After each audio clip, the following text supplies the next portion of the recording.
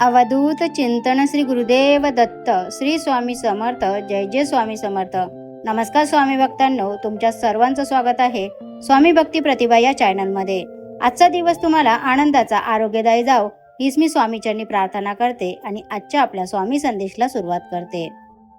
घरातील दारिद्र्यता, गरिबी नष्ट व्हावी, कर्जमुक्त व्हावं, कर्जांपासून तुमची सुटका व्हावी, प्रगतीचे मार्ग मोकळे व्हावेत यासाठी कमेंटमध्ये श्री स्वामी समर्थ टाईप करा. स्वामी तुमच्या सर्वांच्या सर्व चांगल्या इच्छा नक्कीच पूर्ण करतील. स्वामी म्हणतात, बाळा, माझं नाव जर तुझ्या मुखात असेल, तुझ्या ओठावर असेल, तर मग घाबरतोस कशाला? मी सदैव तुझ्या पाठीशी आहे, म्हणून भिवू नकोस, मी तुझ्या पाठीशी आहे. स्वामी भक्तांनो, तुमच्या समोर 2 नंबर आहेत, त्यापैकी तुम्हाला एकाला निवडायचं आहे आणि आजचा स्वामी संदेश तुमच्यासाठी काय आहे ते तुम्हाला जाणून घ्यायचं आहे. तर आता हा संदेश त्या भक्तांसाठी ज्यांनी 9 नंबरच्या अंकाला स्पर्श केला आहे. स्वामी म्हणतात, जेव्हा मनात नसतानाही अनपेक्षितपणे काहीतरी मिळते, तेव्हा ते एकतर आपल्या चांगल्या कर्माचं फळ असतं किंवा कोणाच्या तरी आशीर्वादाचे बळ असते. आजचा दिवस जड जात असेल तर स्वतःला एवढीच आठवण करून दे की आता जितके सहन करशील, उद्या तितकंच प्राप्त सुद्धा करशील.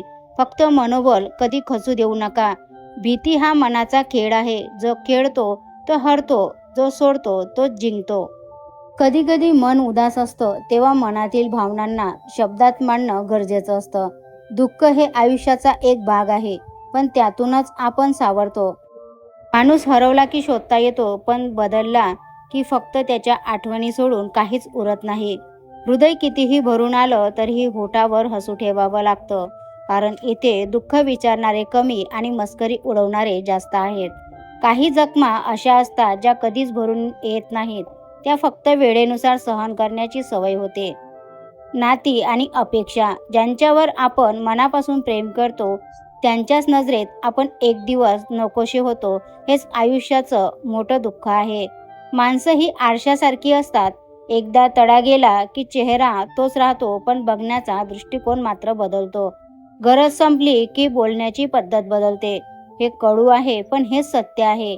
एकटेपणा आणि मन, शब्दांनी दिलेली जखम कदाचित भरून निघेल, पण शांत राहून दिलेली जखम आयुष्यभर रडवते. कधी कधी आपण समोरच्यांसाठी इतकेही महत्त्वाचे नसतो जेवढा आपण विचार करतो. खोट्या आनंदापेक्षा खरं दुःख सहन करणं जास्त सोपं असतं, कारण त्यात किमान ढोंग तरी नसतं. वेळ सगळं काही शिकवते, पण जे शिकवते ते पचवणं खूप कठीण असतं. लोक म्हणतात दुःख वाटल्याने कमी होतं, पण दुःख समजून घेणारे लोक आता कमी झाले आहेत. पापण्यांना सुद्धा कधी कधी डोळ्यांचा भार वाटतो, जेव्हा मनामध्ये साठलेलं दुःख शब्दात मांडता येत नाही. जर तुमचं मन उदास असेल तर थोडा वेळ स्वतःला द्या. ढग दाटून आले की पाऊस पडतोच, तसंच मन भरून आलं की डोळ्यातून पाणी येणं स्वाभाविक आहे. पण लक्षात ठेवा, प्रत्येक काळोख्या रात्रीनंतर एक नवीन सकाळ उगवते. मी आहे ना, नको काळजी करूस, असं म्हणणारी एकतरी व्यक्ती आयुष्यात नक्कीच असावी. परमेश्वर म्हणतो, एखाद्या व्यक्तीला दुःख देऊन स्वतःसाठी माझ्याकडे सुखाची प्रार्थना कधीच करू नका. पण जर एखाद्या व्यक्तीला क्षणभरही आनंद देता आला तर स्वतःच्या सुखाची अजिबात काळजी करू नका. कोणत्याही नात्यांची गरज एकट्याला असून चालत नाही, ती दोघांना असावी लागते. कारण भाळणं सरल्यावर उरतं ते सांभाळणं. ज्याला सांभाळणं जमलं त्याला जीवन कळलं. दगडात देव दिसतो, गाईत माता दिसते, कावड्यात तर सगळे आपले पूर्वज दिसतात, पण माणसातच माणूस का दिसत नाही? ज्या दिवशी माणसाला माणसात माणूस दिसेल त्या दिवशी देवाला सुद्धा प्रसन्न व्हावंच लागेल. लवकर राग येणारी लोक मनाने खूप चांगली असतात, कारण त्यांना आपला खरेपणा लपवता येत नाही. जे काय असेल ते तोंडावर बोलतात. माणसाकडे पैसा, प्रसिद्धी, सुंदरता, अहंकार, गर्व या गोष्टी कितीही प्रमाणात असू दे, पण त्याची लायकी ही त्याच्या स्वभावातूनच समजते. ओळखण्यात झालेली चूक हेच आपल्या आयुष्यात आलेल्या दुःखाचे मोठे कारण असते. साधेपणापेक्षा कोणतीही मोठी शोभा नाही आणि नम्रतेपेक्षा कोणतेही मोठे वर्तन नाही.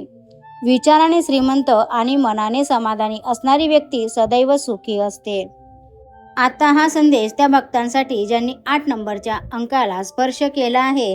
अशा भक्तांना स्वामी महाराज म्हणतात, ओळख मोठ्या लोकांशी नाही, साथ देणाऱ्या लोकांशी असावी. आवडलेलं आणि निवडलेलं याची जेव्हा सांगड घालता येत नाही, तेव्हा उरते ती फक्त तडजोड. कारण आवडलेली कधी विसरता येत नाही आणि निवडलेली मनापासून स्वीकारता येत नाही. अहंकार हा वाऱ्यासारखाच असतो. फरक फक्त एवढाच की वाऱ्याने झाडाची पाने तुटतात आणि अति अहंकाराने जवळची माणसं तुटतात. शांती तेव्हा सुरू होते जेव्हा अपेक्षा संपतात. मन तेव्हाच हलकं वाटतं जेव्हा तुलना थांबतात. आणि आनंद तेव्हाच आपल्याला सापडतो जेव्हा आपण स्वतःला स्वीकारतो. माणसं जोडताना एक गोष्ट लक्षात असू द्या, सर्व झाडांनी फळे दिलेच पाहिजे असं नाही, तर काही झाडे सावलीसाठी राखून ठेवावी लागतात. लक्षात ठेवा, कोणाला सांभाळायचं आणि कोणापासून सांभाळून राहायचं हे ओळखायला शिका.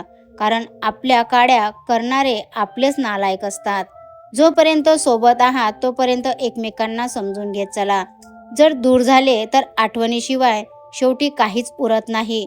सांडपाण्यातूनच कमळ हे फूल जन्मतो, मात्र ते सांडपाणी कधीच कमळाच्या स्वच्छतेला व सुंदरतेला स्पर्श करत नसतं. तुम्ही जिथे कुठे असाल तिथल्या वाईट गोष्टींचा परिणाम स्वतःवर होऊ देऊ नका. वर्तमान कितीही बिकट असो, मात्र कालांतराने भविष्य सुंदर होऊ शकते, अगदी कमळ या फुलासारखे. अहंकार आणि शंकेची शर्यत लागते, परंतु पराभव मात्र नात्यांचा होतो. म्हणून कधीही मनामध्ये अहंकार आणि शंका ठेवू नका. खूप नशीबवान असतात ती लोक ज्यांचं प्रेम त्यांची इज्जत पण करतं आणि कदर पण करते. नातं हे जगाला दाखवण्यासाठी नसतं, मनापासून ते सांभाळलं जातं ते खरं नातं असतं. जवळीक दाखवणारा हा जवळचाच असतो असं नाही, हृदयापासून जो जवळचा असतो तोच आपला असतो. समोरच्या व्यक्तीची बोलण्याची पद्धत आणि रिप्लाय द्यायला लावलेला वेळ तुमची त्यांच्या आयुष्यात असलेली किंमत ठरवते. तुम्ही ज्या व्यक्तीसाठी नेहमी उपलब्ध राहता त्या व्यक्तीला कधीच तुमची खरी किंमत कळणार नाही. कारण त्यांच्या मनात आणि डोळ्यात हा भ्रम तयार झालेला असतो की तुम्हाला त्यांची गरज आहे, त्याला तुमची गरज नाही. एक सत्य आहे, आयुष्यात नेहमी दोन व्यक्तीपासून लांब राहा, बिझी आणि गर्विष्ठ. कारण बिझी लोक त्यांच्या मर्जीनुसार बोलणार, तर गर्विष्ठ लोक, अहंकारी लोक मतलबानुसार आठवण काढणार. म्हणून अशा दोन व्यक्तींपासून दूर राहा. चांगल्या व्यक्तीने अपमान केला अथवा रागवली तरीही चालेल, पण त्याला सोडू नका. कारण मोठेपणा देऊन लुबाडणारे अनेक आहेत, पण तुम्हाला मार्ग दाखवणारे फार कमी असतात. म्हणूनच हजार चांदण्या शोधण्यापेक्षा एकच सूर्य जवळ ठेवा. जोपर्यंत माणूस रुसतोय, रागवतोय, भांडतोय, अपेक्षा ठेवतोय, नको ती बडबड करतोय, तोपर्यंत माणूस आपला. ज्या दिवशी त्यांनी या गोष्टी सोडल्या त्या दिवशी समजायचं खऱ्या माणसाला तुम्ही गमावलं. चूक नसतानाही जवळचे विरोधात जातात, तेव्हा माघार घेण्याऐवजी संघर्षाची तयारी करा. हे कलियुग आहे, इथे खोट्याला स्वीकारलं जातं आणि खऱ्याला तोडलं जातं. ज्या क्षणी तुम्हाला जाणीव होते की आपला प्रवास आपल्याला एकट्यालाच करायचा आहे, तो क्षण तुमचं आयुष्य बदलून टाकणारा असतो. धाडसाने एकटे चला आणि स्वतःला सिद्ध करा. एखाद्यावर आरोप लावण्याआधी त्याचे पूर्ण बोलणे ऐकून घ्या. नाती तुटण्यापासून वाचतील आणि गैरसमज दूर होतील. ज्ञानापेक्षा खूप महत्त्वपूर्ण असतो. खूप लोक आपल्याला ओळखतात, पण त्यातील मोजकेच लोक आपल्याला समजून घेतात. नात्यांमध्ये भांडण होणं पण फार गरजेचं असतं, कारण तेव्हाच तर माहीत पडतं समोरची आपली किती कदर करतो आणि आपल्याबद्दल काय विचार करतो. गैरसमज इतके शक्तिशाली असतात की कित्येक वर्ष आपण निभावत आलेली नातं, सुंदर नाती एका सेकंदात तोडू शकतात. बोलणं बंद झाल्याने सगळी नाती तुटत नाहीत. कधी कधी काही नाती तुटू नये म्हणून बोलणं बंद करावं लागतं. रागाने गेलेली व्यक्ती परत येऊ शकते, पण शांतपणे निघून गेलेली व्यक्ती पुन्हा परत कधीच येत नाही. म्हणून कुणाला इतका पण त्रास देऊ नका की ती व्यक्ती शांतपणे कायमची निघून जाईल आणि आपण फक्त बघत राहू. श्री स्वामी समर्थ. जय जय स्वामी समर्थ. असेच भक्तिमय संदेश ऐकण्यासाठी आपल्या चॅनलला सबस्क्राईब, लाईक आणि शेअर करा.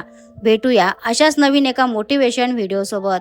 स्वामी तुमच्या सर्वांच्या सर्व चांगल्या इच्छा पूर्ण करो, हीच मी स्वामीचरणी प्रार्थना करते आणि आजचा आपला स्वामी संदेश इथंच थांबवते. संदेश पूर्ण ऐकल्याबद्दल खूप खूप धन्यवाद.